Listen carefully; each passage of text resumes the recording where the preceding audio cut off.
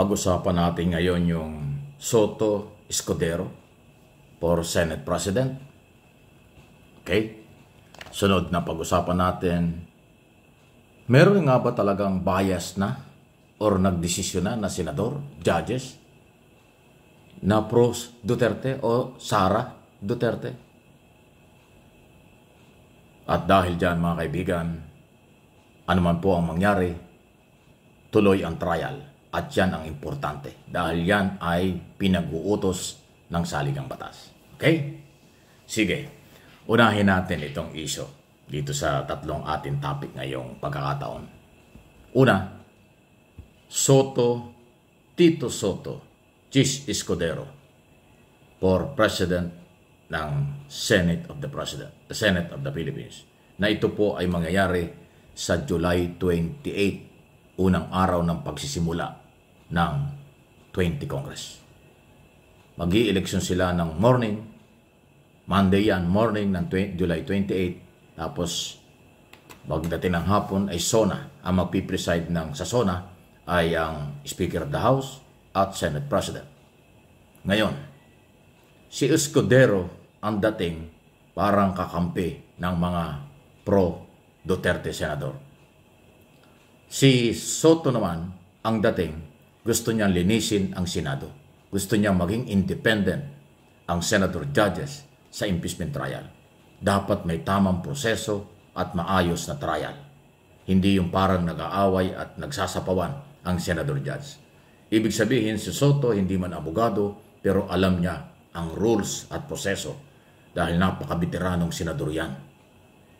Nakasama niya ang magagaling na mga senador sa nakaraang mga kongreso mula pa noong 1992. Nakasama niya si Enrile, si Manlapos, sino pa ba ito? Si Ople, si Joker Arroyo, Enrile at iba pa. Marami hong magagaling nakasama yan. Ito naman si Escudero, di naman bago, matagal na rin, pero abogado, iba naman ang dating. Para hong siya lang ang nasusunod kung ano ang gusto niya. Kaya nga na-delay. Kaya nga na-dribble. Kasi sa kanyang pagkukulang, ayaw magtrabaho ng recess. Iba ang paniniwala dun sa forthwith o kaagad-agad. Hindi daw kaagad-agad ang utos ng Korte Suprema kahit sino magsabi. Ang ibig sabihin ng forthwith, kaagad-agad aksyonan. Pero hindi inaksyonan ng halos 4 na buwan or mahigit na 4 na buwan. So yan po yan. Pero para po sa inyong kalaman, ng aking mga followers, subscribers at viewers ng Mike Abe Opinions, ang eleksyon sa Senado, pagiging Senate President, ay exclusive para sa mga Senate member lang. Ibig sabihin, yung 23 senador ang magdideklara kung sino ang kanilang Senate President. Pero, kahit exclusive sa kanila yan, may magagawa ang mga Pilipino. Pwede niyong sulatan, pwede niyong ilabas ang inyong mga saloobin sa social media kung saan kayo papabor. Dahil ang Senado, ang senador, ay kumakatawan sa lahat ng Pilipino sa buong mundo, hindi lang sa Pilipinas. Kaya kahit exclusive sa kanila ang paglalagay ng Senate President sa pagboto nila, pero kung ang kanilang pagbabasihan ay kagustuhan ng mga naglagay sa kanila ng mamamayan, kung sino ang karapat-dapat na Senate President, dapat pakinggan yon. Kaya may punto at may pagkakataon, may boses ang mga Pilipino sa isyong yan. Yan po yung aking opinion. Sunod na pag-usapan natin, ito yon, bias. Di umano'y bias, nag-decide na, garapala na, obvious naman na talagang pro-Sara Duterte na isinasangkot or sinasalang sa trial dahil sa betrayal of public trust, graft in corruption, at marami pang ibang ginawa. Kaya 7 ang 7 article of impeachment.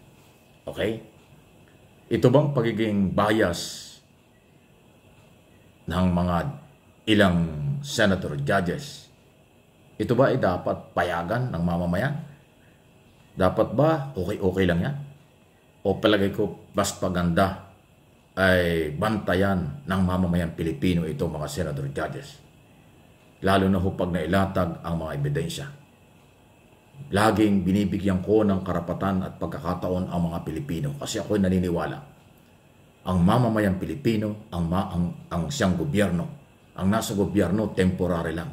hindi sila mapupunta sa pamahalaan sa anumang posisyon kung walang suporta ang mamamayan, eleksyon man o kung ano man. Kaya lagi ko sinasabi, may kapangyarihan, may karapatan ang mga Pilipino.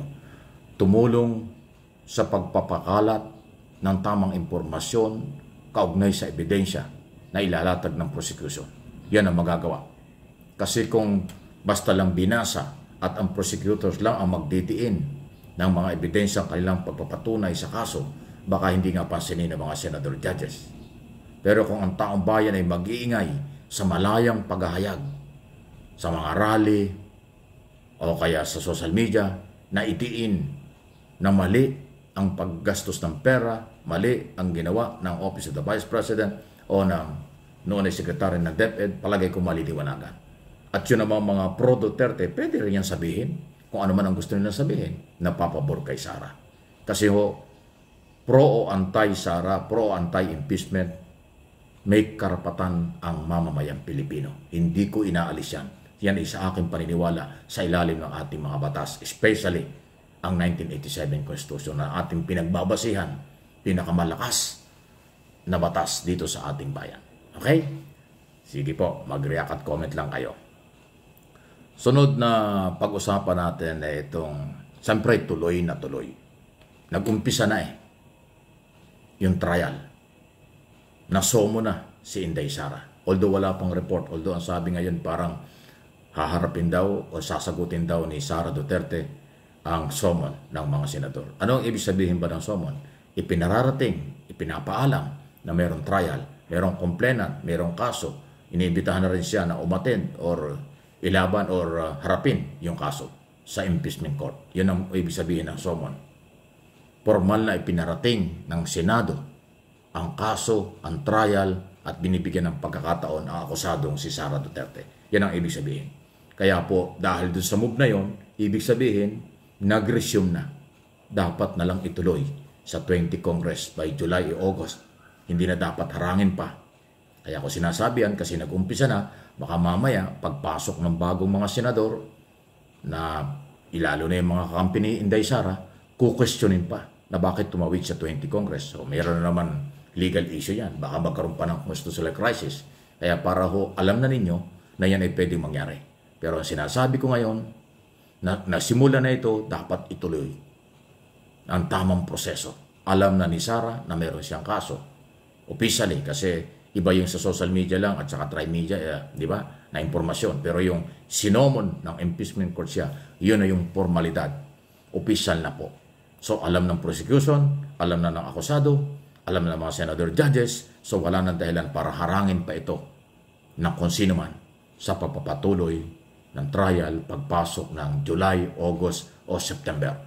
Yan po yung aking opinion at paniniwala dyan.